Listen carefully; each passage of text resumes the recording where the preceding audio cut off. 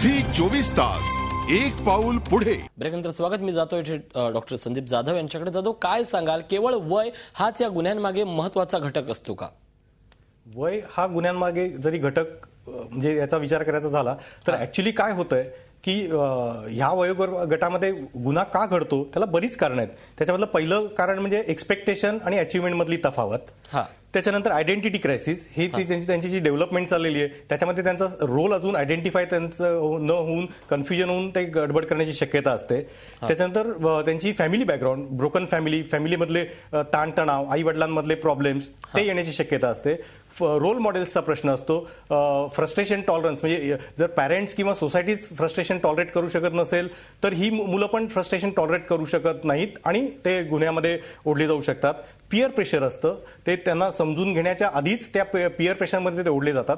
म्हणून ह्या एज ग्रुपमध्ये पनिशमेंट करून जरब बसवण्याच्या थोडा काळ आधी म्हणजे 16 वर्षापर्यंत माझ्या मते की करेक्शनची आणि रिहॅबिलिटेशनची आवश्यकता असते. नक्कीच दहशत असेल किंवा सुधारणा असेल या सगळ्या गोष्टी आता अर्थातच कायद्याशी संदर्भात आहे. मी पावसकर यांच्याकडे जातोय. पावसकर, काय सांगाल, वय कमी केल्यामुळे, शिक्षा वाढवल्यामुळे हे प्रमाण घटू शकतं का? तुम्हाला काय वाटतं बालगुन्हेगारांचं? नाही, निश्चितपणानं. कारण त्या वयामध्ये संस्कारक्षम वय असतं, त्या वयामध्ये बऱ्या वाईटाची जाण नसते. आपण करतोय ते कितपत योग्य कितपत अयोग्य हे माहीत नसतं. त्यामुळे अशा वेळेला कोणती तरी एक अनामिक का होईना पण ती जर भीती जाणवली तर त्यानंतर ती व्यक्ती ते करायला धजणार नाही.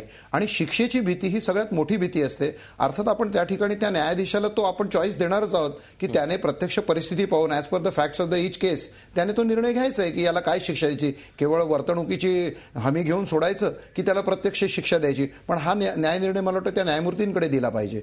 आणि पण त्यासाठी मात्र शिक्षेची जरबी हवीच आणि त्यासाठी वय हे कमी केलंच पाहिजे. नक्कीच न्यायाच्याच अपेक्षेत आहोत, न्यायाच्याच प्रतीक्षेत आहे आणि न्यायावरच विश्वास ठेवणारे आपण माणसं आहोत. म्हणूनच आपण नेहमी विचार करत असतो तो म्हणजे कायदा हातात घेण्याचा नाहीये तर कायदा बदलण्याची. किंबहुना थांबूयात, पाहत राहा झी 24 तास एक पाऊल पुढे.